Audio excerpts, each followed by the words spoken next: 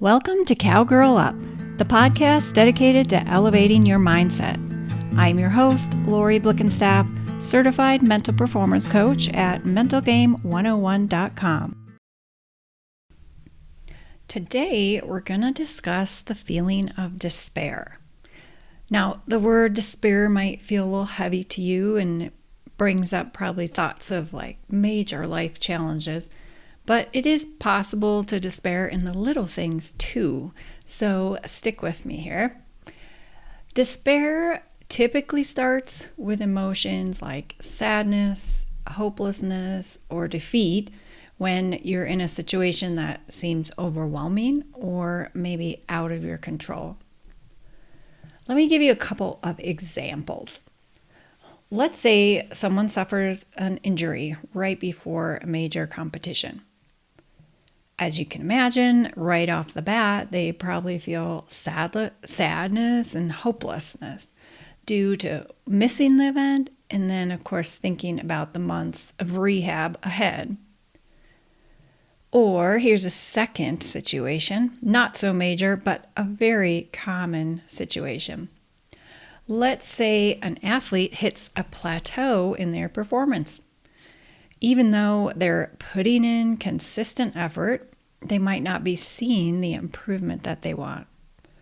Well, this leads to some self-doubt and maybe a sense of hopelessness, aka despair, about their ability to get through it. Well, once again, their mindset plays a significant role in shaping how they respond to these feelings of despair. These are a couple of mindset shifts from previous episodes that can help in this situation. The first is a growth mindset. So remember, in a growth mindset, we see challenges as opportunities to learn from. And this helps us look at despair as more of a temporary thing. And it can motivate us to find solutions and not to give in to it. And then the other mindset is self-compassion. Remember, this one is where we want to treat ourselves with kindness during difficult times. We try to understand and have patience with ourselves, which hopefully then reduces self-criticism and kind of the intensity of the despair.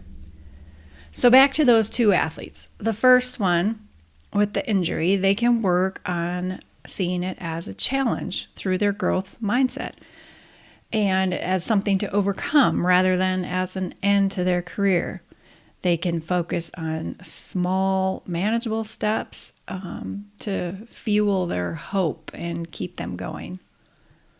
The second athlete experiencing the plateau, well, they can also see it as a challenge to figure out, kind of like a puzzle, and just work, to find that missing piece. In my experience, what you can learn in this type of situation is often worth going through the struggle.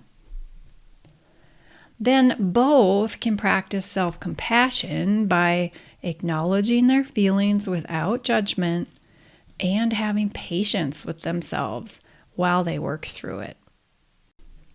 So let me wrap up this week by revisiting our power statement. And I say this with 100% certainty. We can all develop the skill of embracing our emotions and taking control of our responses. Thank you so much for tuning in today.